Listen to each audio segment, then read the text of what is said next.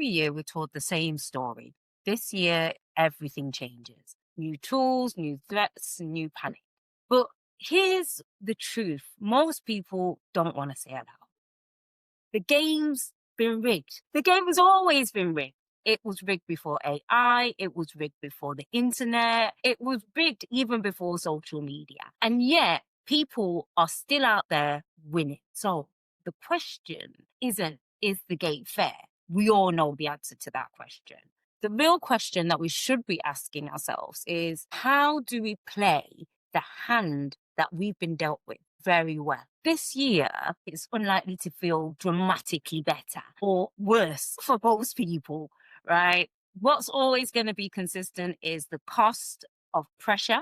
That's going to stay the same. Uncertainty, that's going to stay the same. Emotions stay high. That's going to stay the same. So I don't think we're suddenly going to leap forward economically. I think we're going to be staying at this hovering place. And hovering really it's really not comfortable. It's an uncomfortable place to be because it makes people impatient. Most people don't fail in the collapse. They fail while they are waiting. So employees are going to be quite fearful. AI is going to be replacing their jobs. AI is going to be replacing that. But for business owners, we see opportunity.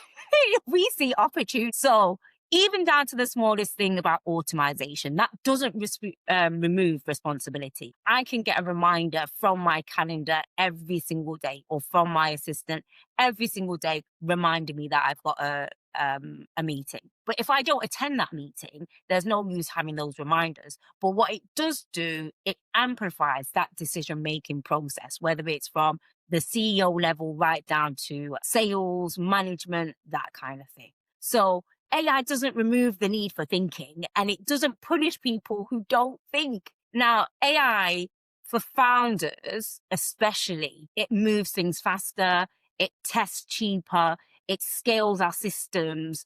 But what it doesn't do, it doesn't fix bad judgment, it doesn't fix poor offers, and it doesn't fix lack of clarity, which I wish that it would, but it doesn't fix all that.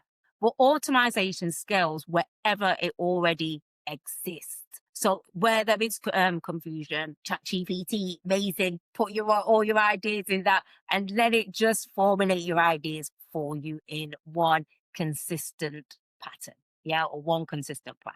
So for me, myself, as a business owner, I think a small business owner, I think AI is amazing. Yes, I love AI. I love all these new modern day technologies. I love them. And I think it's great for business owners to put us on a pedestal or in a position where we compete with bigger companies, even if it's for marketing, making things look professional, all that great stuff. So like everything else, there's only going to be a small window for this, right? In the early stages where things are always opening up, money attracts attention, right? Once profit is obvious, right? So once a profit is obvious, regulation, then we see the regulation stage, then we see competition, and then we see where the capital arrives. So we've seen this pattern before. We've seen it with the internet, we've seen it with eBay, we've seen it with Amazon, social media, cryptocurrency, all those first things. Initially, when it came out, it was bad, right? It was the worst thing since sliced bread. So I can only talk from, say, the internet because I lived prior to the internet and when the internet first was being introduced. And to be able to get onto anything, you had to use a VPN. It wasn't allowed. The internet wasn't even allowed in the schools, right? Because it was considered to be a bad thing. But look at today, everywhere you look around, like I go to the doctor's surgery and it's like, oh, go on the internet. So how things have dramatically changed in the last, would I say 25, 26 years, or even probably a little bit longer than that. But those of us that are, I would want to say, 30 and upwards, through a life without the internet. This isn't conspiracy. It's economics. And then we've seen it. And so nobody can say we could unsee something that we've already seen. We've seen it happen over and over again. So the big players, they don't innovate first. They optimize second. What most people don't realize is that what we are seeing publicly is never the cutting edge. What we get is a release that is stable enough, safe enough, and profitable enough to test and then scale. So it's really a pattern based insight. Military, enterprise, research tech always predates consumer tech. So public tools are the simplified version of this. So early users are effectively what we're doing is testing the behavior. And that doesn't just happen in software. What is being released now isn't the future. It's the onboarding phase. And that sounds to me like the best thing. So where others might be scattering around and reaching for the hills, entrepreneurs, founders are going to see the opportunities in this. And this is a really, really big opportunity to be using that in your business. I also say this is that you might not be able to afford a X or Y, Z, right? Maybe not. So if there is an AI tool that can do that for you, you're winning. So don't try to outrun the system. Don't panic. Don't chase anything.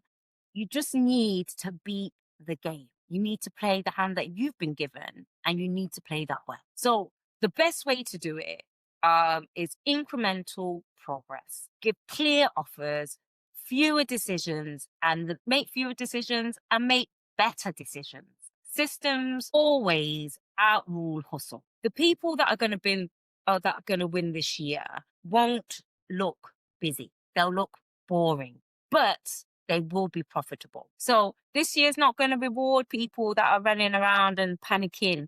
Right? We need clarity. We need restraint. We need consistency. We know, right? The game is rigged. It's been rigged since the beginning of time.